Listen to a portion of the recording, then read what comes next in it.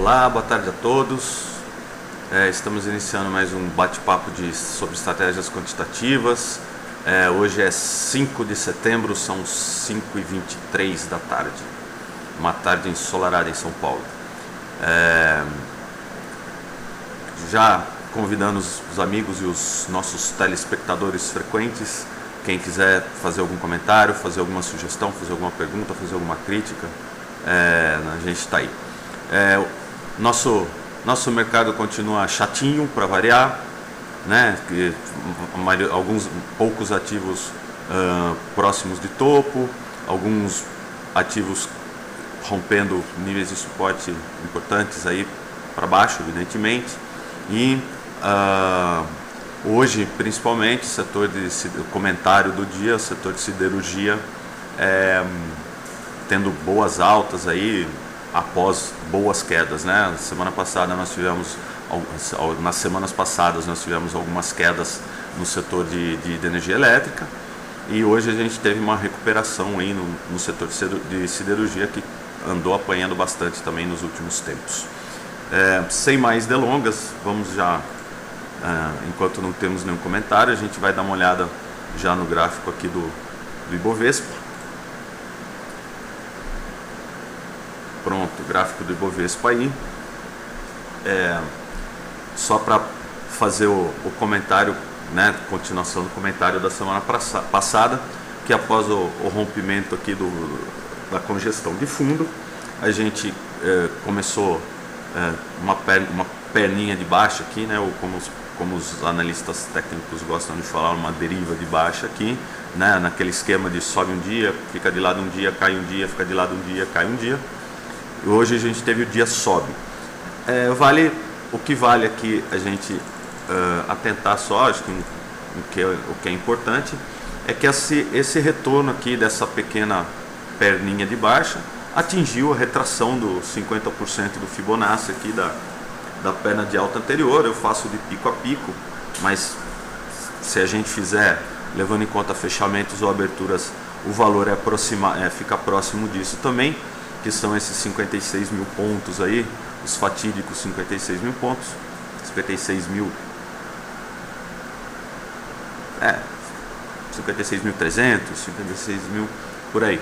Mas de qualquer forma é metade do movimento anterior, só que não foi uma queda na metade do tempo, como normalmente os adeptos das estratégias de swing trade gostam. Foi um pouquinho mais alongado aqui esse período. Então estamos em cima de um nível importante aí para o Ibovespa.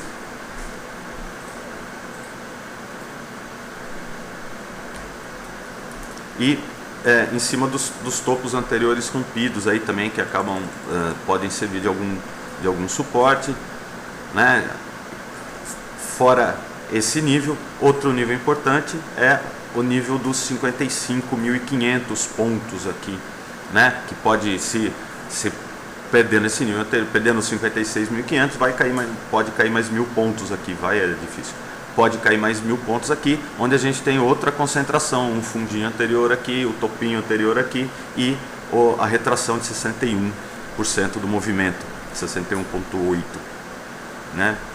Do movimento, de 618 aqui do movimento, que também pode ser uma zona de retorno por aqui. Mas ainda sem sinal de reversão de movimento, a expectativa é ficar nesse lenga-lenga mais um tempo aí, mas como o Roxo gosta de dizer também, final do ano sempre tem peru, então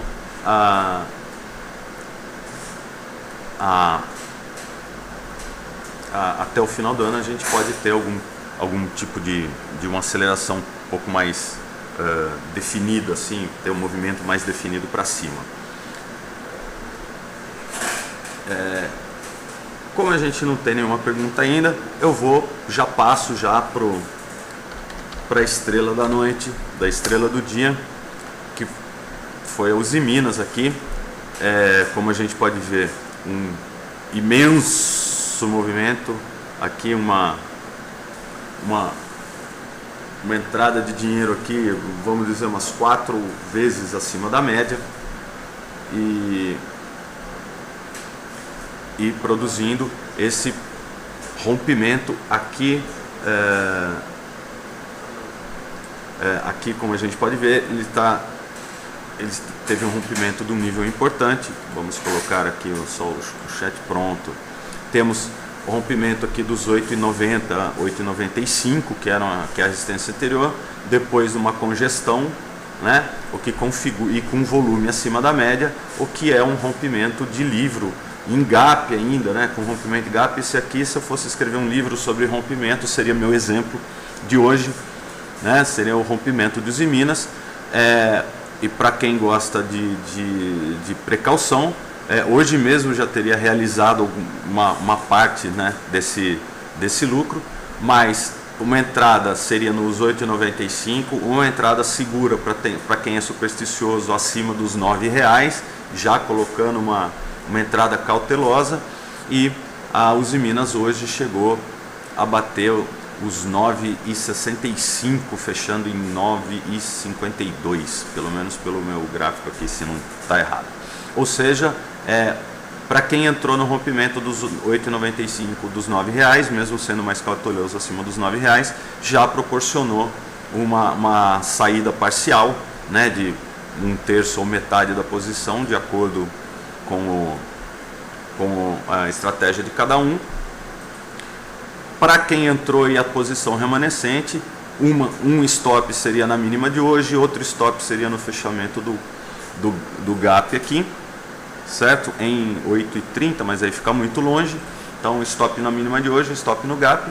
Ou para os que são mais temerosos aqui, naquela famosa retração de 0,618 aqui do candle de rompimento, né? Ou para quem quiser entrar, que não entrou ainda, a famosa entrada dos atrasados no rompimento, coloca uma ordem na retração de 50% do candle, com stop na retração de 618 do candle.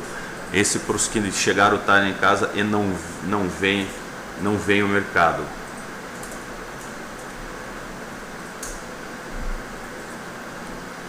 O pastor está perguntando se eu posso analisar a carteira. Pastor, eu não posso analisar, eu não sou analista. Eu sou um estatístico, vamos dizer assim, mas eu posso ajudá-lo com as suas dúvidas e posso ajudar na maneira como você pode enxergar o mercado e como posso te ensinar a pescar. Eu não posso ver se o peixe que você pescou é bom.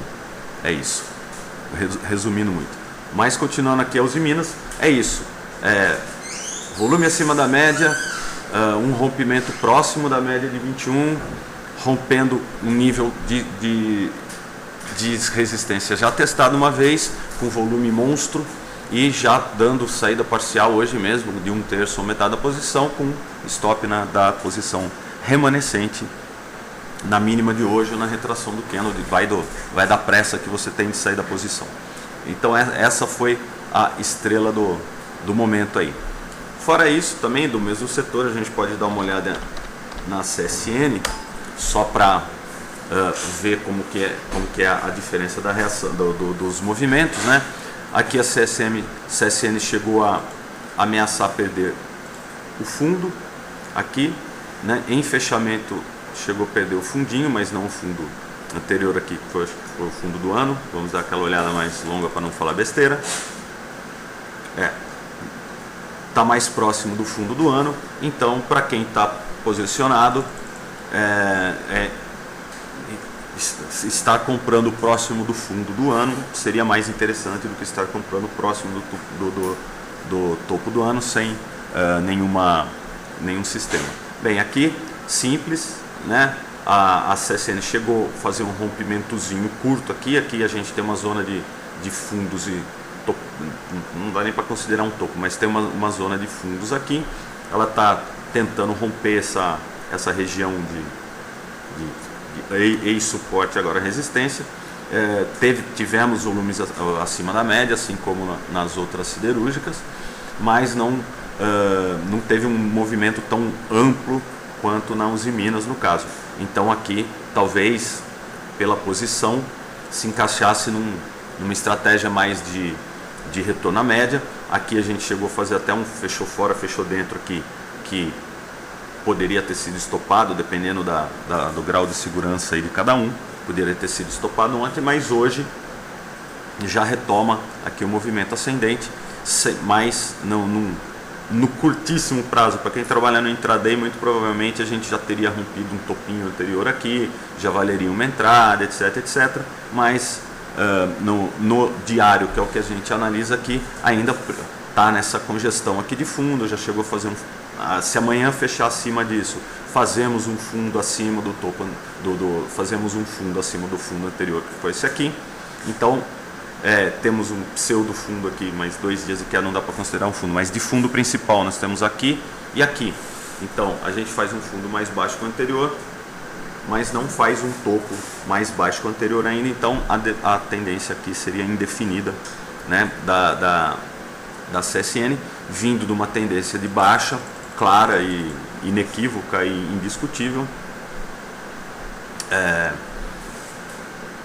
topos pelo critério principal, que seriam topos descendentes, fundos descendentes, a gente estaria passando nos Minas nesse momento de uma tendência de baixa para uma tendência indefinida, porque já fizemos um topo mais alto que o anterior, um fundo principal aqui, né, se continuar nesse desenvolvimento, mas aparentemente continua nessa congestão aqui um pouco mais ampla, está fazendo um M aqui, enfim, não tem trade claro nela aqui para a gente conseguir vislumbrar alguma coisa. Para quem gosta de trade muito curto, é aquele que eu falei aqui um trade de rompimento acima dos 10,30. Ela fechou hoje 10,34, então ainda está em 10,36, desculpa. Não, 10,36 foi a máxima, fechou 10,34. Então, para quem gosta de tradear o zigue-zaguezinho aqui, ainda está em tempo, se bem que logo já temos as médias aqui oferecendo resistência e depois a resistência mais longa, a mais curta, quer dizer, dos topos dos M's aqui. Ou seja, não está tão clara, acho que tem ativos melhores. O pastor está perguntando quais papéis você indica para o médio e longo. Depende do que você quer, pastor. Primeiro que eu não posso indicar papel nenhum, assim, eu não sei qual é seu perfil, eu não sei qual é seu grau de risco, eu não sei quanto dinheiro você tem, eu não sei qual é a sua expectativa de retorno, eu não sei qual é o prazo que você gosta de trabalhar. Como da outra vez nós já conversamos sobre isso, eu acho que a gente tem que tomar muito cuidado com o papel, assim, porque a gente tende a ter uma tolerância à perda muito grande e uma tolerância a ganho muito pequena. Então, o que eu aconselho, o papel que eu aconselho para você seria um papel do livro, cara. Seria você estudar mais, seria você procurar material na internet e você se conhecer em relação ao risco que você gosta de correr ou o que você está procurando. Se você tivesse muito dinheiro, eu, claro, ia te indicar diversificar estratégias mesmo, deixar um pouco do dinheiro para fazer day trade, se você quer fazer isso. Então seria assim, um pouco de dinheiro para brincar, pegaria um pouco de dinheiro para investir. A gente está tendo aqui no escritório várias estratégias de long and short que estão indo muito bem. Algumas não estão, mas é normal, mas algumas estão indo muito bem. É uma estratégia que faz muito sentido para a gente aí ficar apostando nela. Então, estratégias de long e short. O que eu faço para mim? Eu faço trade com opções assim, de uma maneira um pouco diferente. Eu olho o gráfico, eu trabalho muito com retorno à média e rompimento. Então, só o fato de eu trabalhar com opções já me restringe o número de papéis que eu posso trabalhar, então eu não preciso colocar nenhum filtro nisso. Agora, trabalhar com papéis, trabalhar com os ativos, você precisa colocar um filtro de liquidez, precisa colocar um filtro de setups, ou em qual situação você gosta mais de atuar. Por exemplo, eu tenho um amigo um amigão meu, que tudo que eu falo ele discorda, assim, a gente não combina muito, porque ele é um cara que gosta de rompimento, entendeu? Ele não pode ver um rompimento que ele sai babando, e eu sou um cara que eu não posso ver um retorno à média que eu fico babando. Então ninguém está certo, ninguém está errado, a gente simplesmente tem reações diferentes às coisas. É lógico que qualquer trade de qualquer pessoa que se chama, hoje o trade dos Minas, por exemplo, é qualquer pessoa que se chama trade, não precisa ser nem de rompimento, nem de retorno à média, nem nada. Qualquer pessoa que se autodenomina eu vou ser trade, tinha que ter pego esse trade dos Minas, porque foi um trade de uma congestão, passou os níveis de preço, tanto dos cautelosos, dos ousados, dos arrojados, com volume imenso. Então, o trade dos Minas não tem desculpa para ter perdido. A desculpa seria, não olhei porque eu estava trabalhando. Então, você estava trabalhando, não é trade. Agora, quem é trade, quem acompanha o mercado, tem que pegar esse trade dos Minas. Ou pelo menos metade. Como ela subiu 7% hoje, 17%, sei lá, você tinha que ter feito 7% dos Minas no mínimo hoje. No mínimo. Então, eu sou um cara mais do retorno à média, eu não posso ver uma distorçãozinha que eu já gosto de apostar nela, mas eu tenho o meu método, que é aquela história que eu falo. Eu vou mostrar um gráfico aqui, que eu olhei a semana, só para ilustrar mais ou menos o que eu estou falando. Eu me baseio em gráfico, eu não gosto de ler notícia, eu acho notícia bobagem. O que eu estava falando, eu tinha visto um retorno à média aqui na LL, ó. Aqui, pronto, ó. Essa primeira aqui, olha a distância da média de 21 que está aqui. E aqui fez um fechamento, com o candle fechou muito fora da banda de Bollinger. Normalmente a gente trabalha com 3%, 4%, mas o ideal é usar uma porcentagem da volatilidade. Isso aí eu estou preparando ainda uma palestra para vocês com alguns critérios que podem ser levados em consideração quando você usa um rompimento ou usa o retorno à média. Chegou a fazer um fechou fora, fechou dentro, mais ou menos porco aqui, mas não deu. Aqui a gente teria sido estopado nesse trade. Mas agora ela faz de novo, ó, fez um fechou fora, fechou dentro aqui. Claro, olha a distância da média de 21 que a gente tem aqui. Então, para quem trabalha com retorno à média, isso aqui chama atenção. Né? Quem é o trade do retorno à média, isso aqui chama atenção. Então, ó, a média está, ontem a média estava em 9,70 e ela fechou 8,70. Então, R$1 em 9 é mais de 10% de distância. Né? E essa distância da média também, o ideal seria que fosse uma porcentagem da volatilidade histórica, mas a distâncias acima de 10% em ativos assim como a LL, como ativos mais líquidos, acabam chamando atenção na maioria dos papéis. É lógico que o ideal seria que você fizesse um estudo, pegasse esses dados da All3 aqui e visse qual é o máximo de afastamento que ela tem, ou qual é a média dos máximos que ela tem antes de reverter. Ou seja, pega esses dados e joga numa planilha e vê qual que é o máximo de afastamento que a LL tem em relação à média. Aqui no caso a média de 21. Mas pode ser qualquer média, alguma média de referência, média de 20, 22, cada um tem a sua também. Isso que é importante frisar. Eu não estou vendendo um setup aqui, eu estou vendendo uma maneira de o que eu estou contando é uma maneira de analisar o mercado. Então aqui existe uma distância da média e existe o retorno. Então existe um fechou fora, fechou dentro, e isso aqui chama atenção. Não é tão claro, podia ter um volume. Quais são os fatores que potencializam isso? Podia ter um volume acima da média, podiam ser candles mais bonitinhos. Então, candle mais bonitinho é esse preto ser um candle mais longo e esse branco ser um candle mais curto, fazendo um harami ou coisa do gênero, que é o que chama atenção. Simplesmente eu estou mostrando o setup ou a maneira de ver. O pastor fala dividendos. Pastor, outra parte, exatamente. Outra parte do dinheiro podia ser. Veja bem, eu estou falando da diversificação, né? Então, uma parte pode ser o dividendos, uma parte pode ser para trade, outra parte pode ser para investimento em empresas boas. Em empresas boas você tem que conhecer ou conversar com alguém que conhece empresas boas. Ou empresas que estão num bom momento.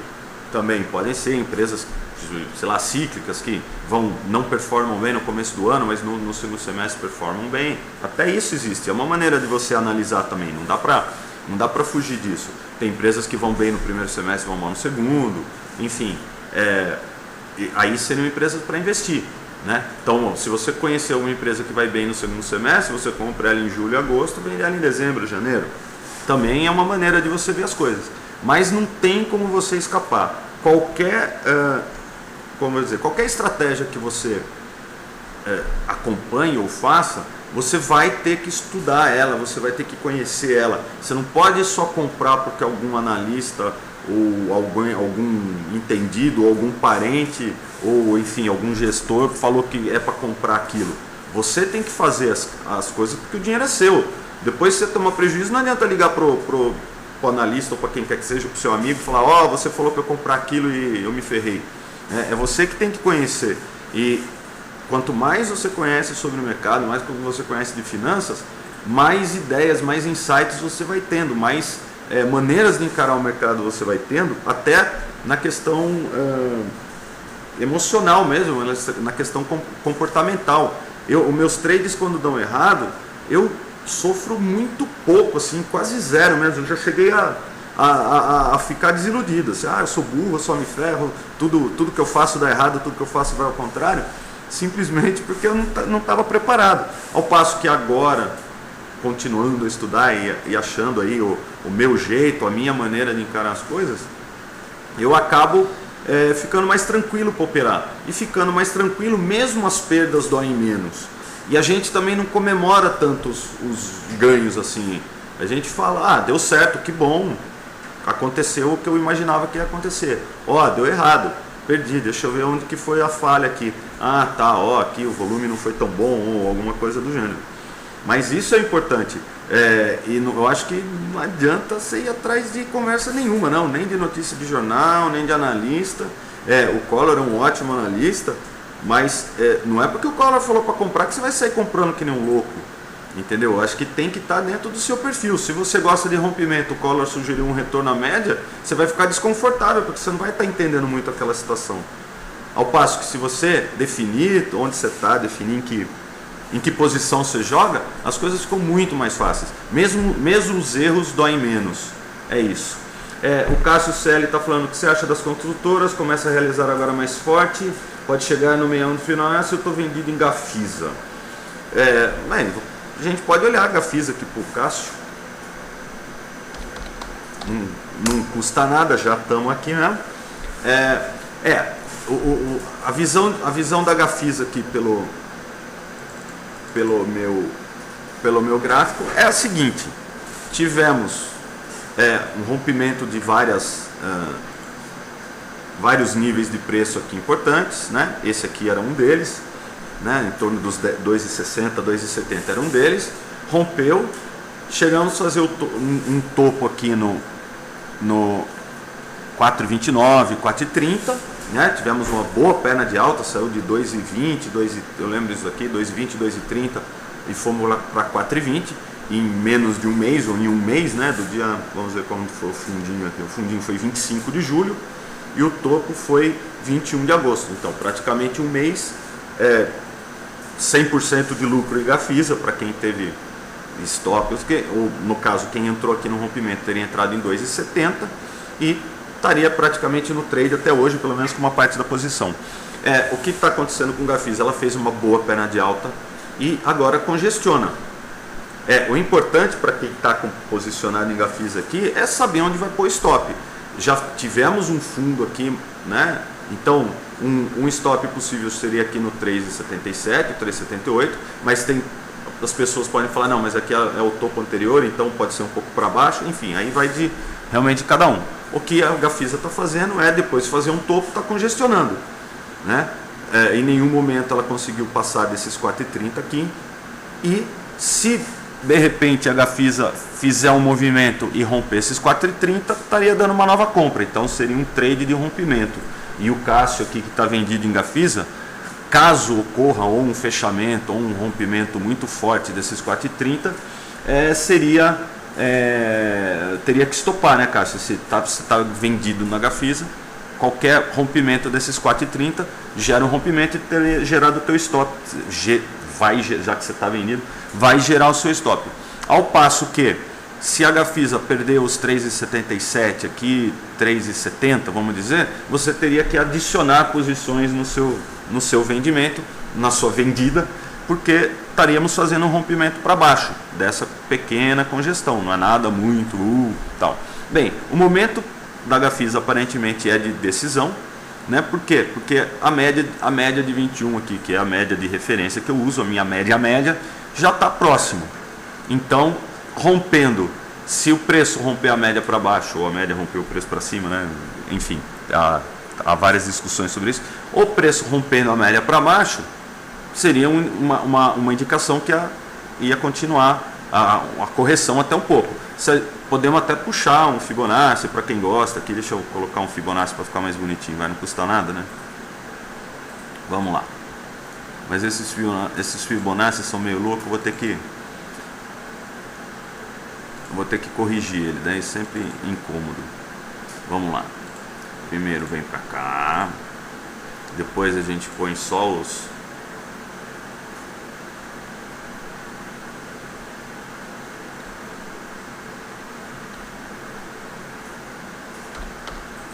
níveis que interessam aqui.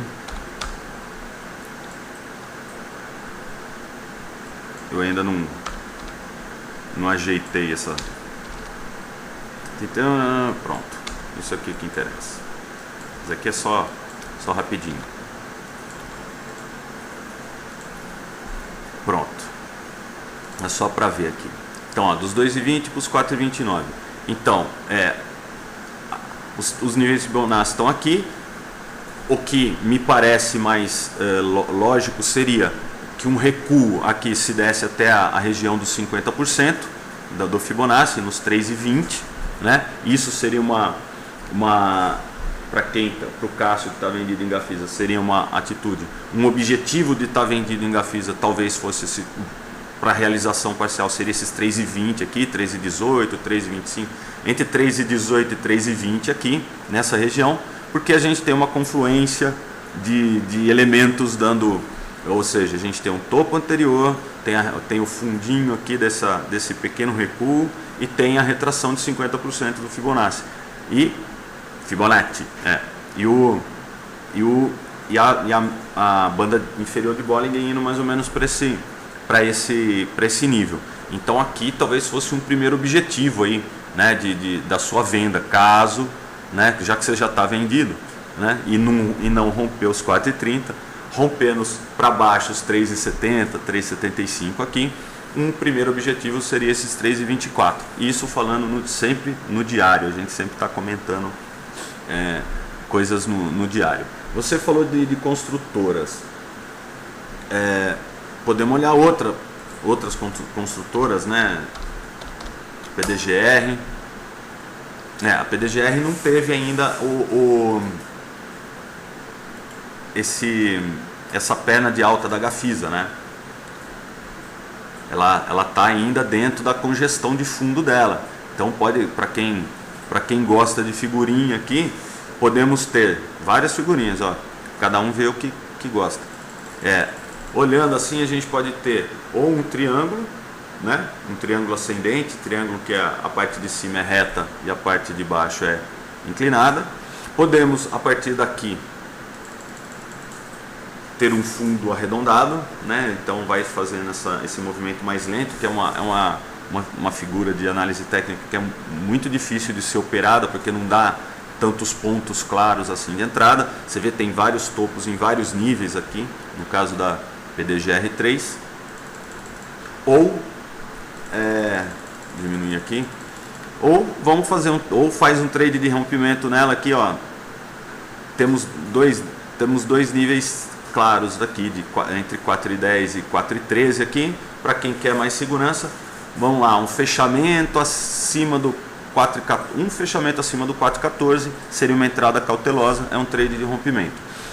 Aparentemente, pelo padrão de volume que ela está fazendo aqui, não parece que a PDGR vá corrigir tanto quanto a Gafisa, caso perca aqueles níveis que a gente tinha comentado, né? Quiser dar uma olhada em mais alguma, como você falou, construtoras, né? A Rossi já teve 2 dias aqui de queda, se encontra num nível de suporte em torno dos R$5 aí, hoje chegou no 5,01, né? Aqui não, chegou 4 e alguma não, chegou no 5 hoje, está num nível de suporte, com volume baixo, com volume bem alto, então pode estar indicando a continuidade do movimento, né?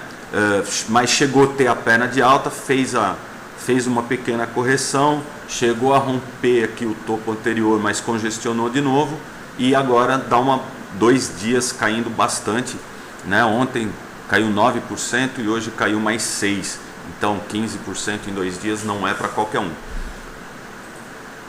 Mas está em cima de um fundo aqui, né, também no topo e fundo anterior aqui.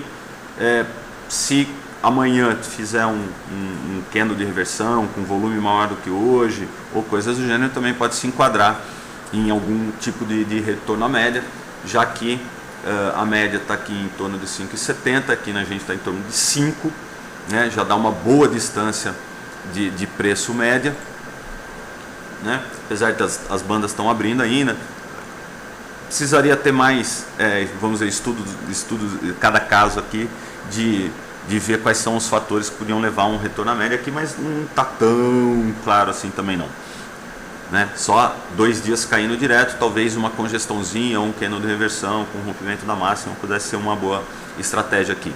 Então, fazendo o cômputo, a Reside já caiu 2, 3 dias, a Gafisa caiu um pouco nesses 2 dias, mas nada a ponto de ser muito contundente, e a PDGR continua na mesma tocada que ela já vinha. Outra que os fundamentalistas gostam, que é a EZTEC 3, né? Em compensação, né? Já que você, de novo, por Cássio perguntou de construtoras, a EZTEC está rompendo topo histórico, em cima de topo histórico.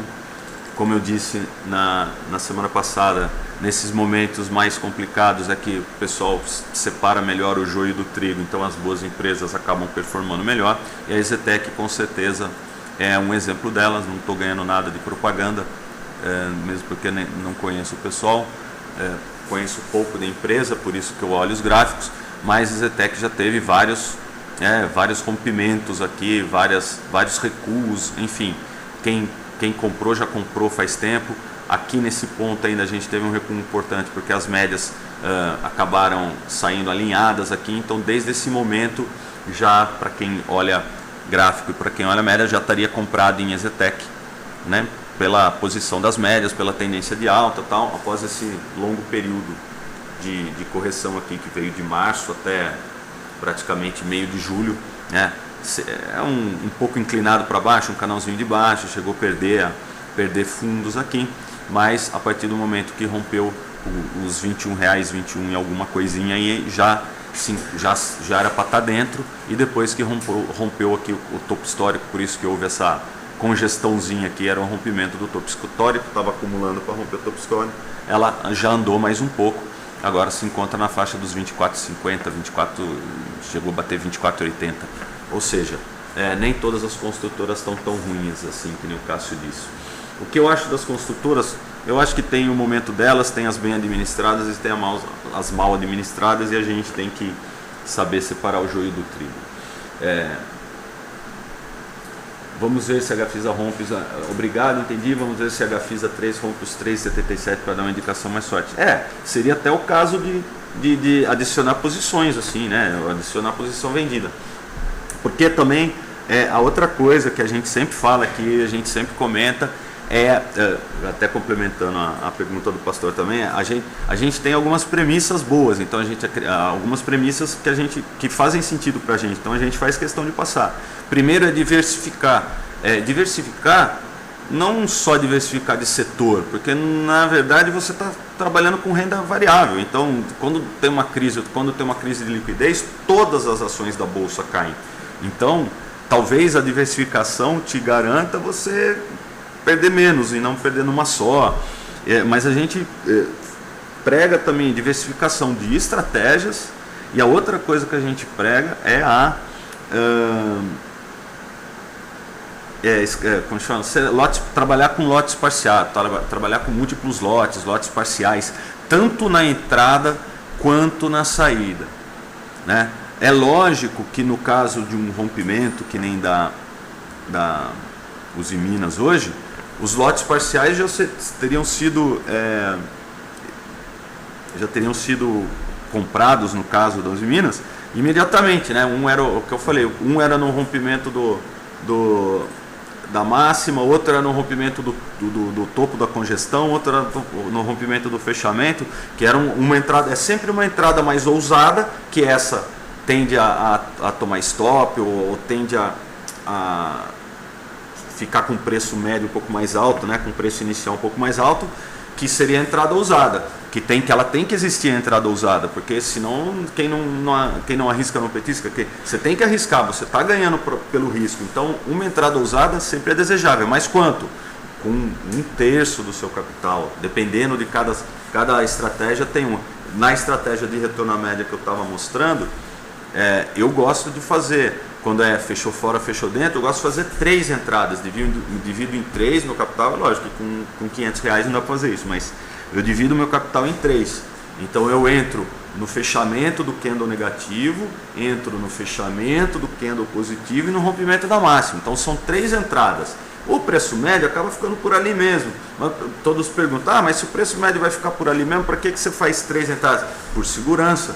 Porque se eu faço a primeira entrada e dá errado, eu perco X%, que era o meu stop, em cima de 1/3 do capital daquele trade, né? Então assim, eu sou meio bundão, vamos dizer assim, para perder dinheiro. Eu não gosto muito de perder dinheiro. Aliás, não sei se tem alguém que gosta, mas enfim, eu sou meio bundão para perder dinheiro. Então mas eu gosto de ousar, eu gosto de fazer entradas arriscadas assim.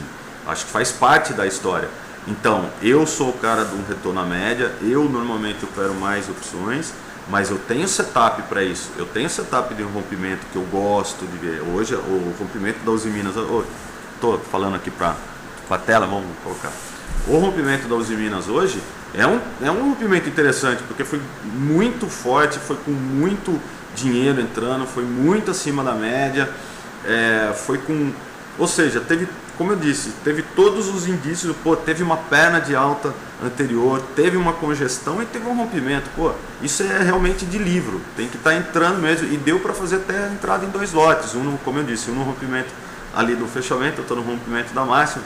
Isso aí foi bem interessante e já deu para sair metade hoje. Sei lá, day trade, swing trade, quem quer que seja, 5%, 7%, chegou a dar 17%. Cara, tem que. Se você tá. É só para não. No caso, assim, faria 2 entradas, né? 50-50, ou 70-30, 60-40, cada um teria que ter um sistema aí. E já teria saído pelo menos com a maioria do dinheiro. 7% num dia é muito dinheiro, compadre.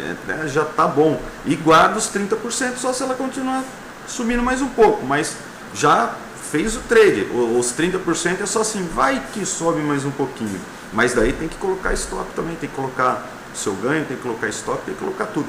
Então, de novo, aqui a gente conversa sobre aprender a encarar, aprender as estratégias e aprender a diferença entre um retorno à média e um rompimento, quais ferramentas usa. A gente não comenta papéis, assim, eu não estou fazendo análise de papéis, quem faz análise é o Collor. O Collor é um analista da Banif. Aqui a gente está analisando algumas estratégias e está usando ferramentas. Mais para frente a gente vai ter aí planilhas para apresentar para vocês, que vão falar para a gente quais papéis. Hoje nós vamos falar desses papéis. Hoje tais papéis deram entrada ou deram saída pelo retorno à média ou pelo rompimento. Então a gente está desenvolvendo aqui alguns filtros, alguns rastreadores. O pessoal da Banif também está desenvolvendo alguns filtros e rastreadores. Em breve teremos novidades aí para vocês. Eu não sei ainda exatamente quais são, me falaram muito por cima da ideia só, eu prefiro esperar. Mas aguardem, vamos ter boas novidades aí em relação a isso e a nossa área também aqui.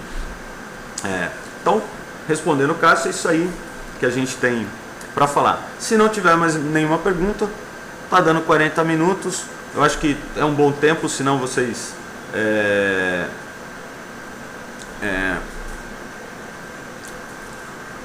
já cansado da gente. Então, para ficar mais interessante, antes disso, o pastor tem: ninguém gosta de perder dinheiro, mas é muito fácil o analista dizer para vender quando o preju não é dele. Então, pastor, assim, deixa eu ver como eu posso te falar. O limite de qualquer ação é 0. Se você colocar isso na cabeça, você ficaria com a sua ação que está numa posição perdedora até o zero?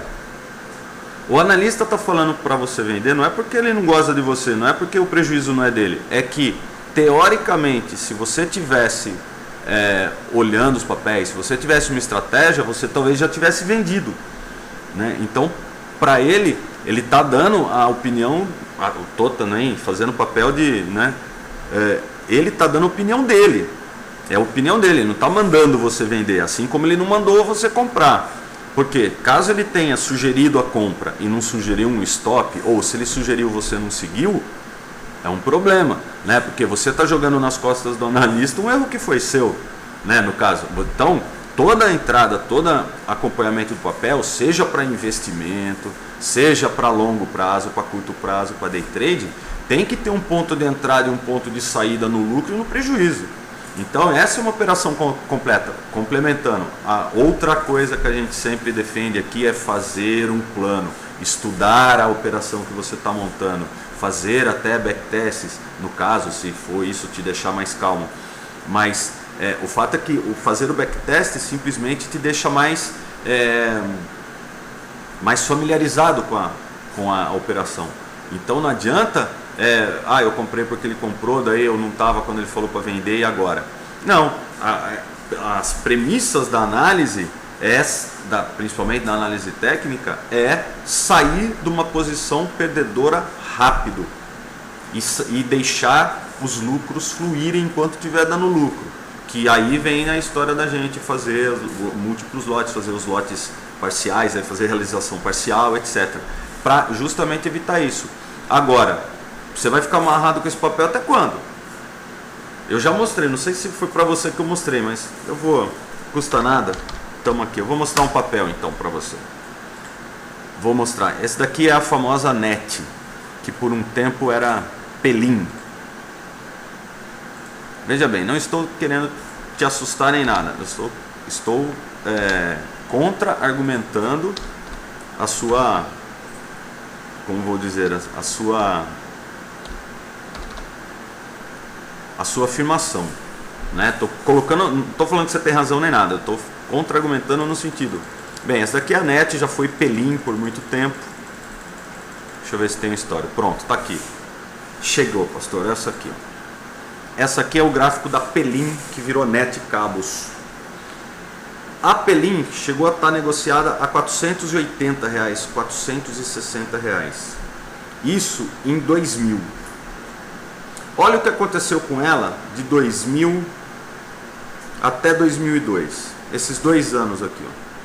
Olha o nível de preço. Ela saiu de 460 e chegou em 6. Você vai ficar com o seu papel até quando? Imagina se você compra um papel desse, aqui, ou aqui, começa a cair e o analista fala, vende, você fala, não vou vender porque eu já estou com prejuízo. Ó, aqui recuperou um pouco, ó, não falei, não vender porque aqui, ó, ou seja, vamos lá, por partes, cantando a bola. Então, ó, saiu de 460 a 480, bateu 220, subiu até 310, fez outro fundo em 170, subiu até 250 e o próximo fundo foi 90. E aí, se o analista tivesse falado para você vender esse papel aqui e você está falando, eu não vou perder dinheiro, estou no prejuízo. Agora, um prejuízo de 90% é muito pior do que um prejuízo de 20%, 30%. Um prejuízo de 99% é muito pior do que um prejuízo de 70%. Então, é por isso que tem que ter stop, é por isso que tem que ter entradas e saídas. Não tem aquela máxima, não tem nada, não existe nada tão ruim que não possa piorar. Então, mesmo que você esteja numa situação difícil, ou uma situação que você não quer largar os papéis, você tem que traçar um plano. Você tem que colocar um limite na sua dor aí. De novo, se você está com o papel com muito prejuízo, subiu, deu para vender, venda. Mesmo com prejuízo. O prejuízo você compensa depois. Ou seja, você só volta a pagar imposto depois de você cobrir todo esse prejuízo. E parte para outra, porque isso aí te deixa psicologicamente mal. Isso aí te deixa psicologicamente frágil. E você fica sem cabeça e sem capital para operar. Porque seu capital Não estou falando que você colocou na lista não, fica tranquilo. Você está vamos dizer, você está com todo o seu capital empregado numa posição perdedora. Cara, se livra dessa posição perdedora e acha uma posição vencedora para, entre aspas, recuperar esse dinheiro. Prejuízo faz parte do jogo e a gente compensa. Prejuízo a gente compensa. O que precisa você está querendo correr e você está preso, você está amarrado numa pedra, cara. Você tem que se livrar dessa pedra. É isso. Ou pelo menos de uma parte. Vamos dizer, você tem 3, 4 posições abertas. Escolhe uma de cada vez, faz uma boa análise em cima daquilo, ou contrate alguém, ou fala com um amigo, mesmo que possa ter uma força, se você confie, e escolha uma ou 2 posições das que você está perdendo para fechar no prejuízo mesmo, contabiliza prejuízo e parte para outra. Pelo menos, porque você está com o dinheiro parado numa posição perdedora que não está evoluindo e você está perdendo oportunidades boas, porque está tendo boas oportunidades no mercado. Então você não está só perdendo o dinheiro que está comprometido numa posição perdedora, você está perdendo porque você está numa posição perdedora e você está perdendo porque você não está se livrando dessa posição perdedora para entrar numa posição que pode ser melhor, não está se posicionando melhor. Então, o meu conselho é esse. Se quiser colocar mais ou menos a tua carteira papel a papel, a gente olha aqui no próximo programa, enfim, a gente olha uma por uma e vê o que você pode fazer. Mas você tem que ver, eu comprei para 5 anos, para 5 dias ou para 5 minutos. Isso você tem que ter. Se é para 5 anos, não adianta estar acompanhando todo dia. Se é para 5 dias, bateu o objetivo de curto prazo, sai mesmo no prejuízo. Se é para 5 semanas, faça um plano para essas 5 semanas. Tem que ter um plano. Aqui eu vou sair, aqui eu vou realizar. E vou partir para a próxima. E vou estudar mais. E vou me encontrar, vou achar minha posição dentro do campo. Isso que o principal, acho que a frase de hoje é essa. Cada trader, ou cada investidor, ou cada pessoa interessada no mercado tem que achar a sua posição, tem que achar a sua operação, tem que achar o que mais gosta de fazer. Bem, acho que é isso que eu tinha para falar. Semana que vem a gente volta, ao mesmo horário, a gente pode continuar esse papo interessante, todo mundo sabe que eu gosto de falar pra caramba. E é isso, deu quase 50 minutos, acho que é isso aí, um pouco mais do que a gente queria. A ideia é fazer um pouco menos, mas realmente foi interessante, é sempre a gente passando as nossas ideias. Eu agradeço ao pessoal que participou, a participação de vocês sempre é muito importante, agradeço as discussões, agradeço a oportunidade das discussões, críticas e comentários e elogios e tudo faz parte. Agradeço mesmo a presença de todos. Boa noite, como eu sempre digo brincando, vamos em paz e o Senhor nos acompanhe. Até a semana que vem, amanhã tem chat de opções avançadas do Roxo, os chats do Colors. Semana que vem chat do Roxo, meu chat. Muito obrigado pela presença de todos novamente, obrigado, boa noite.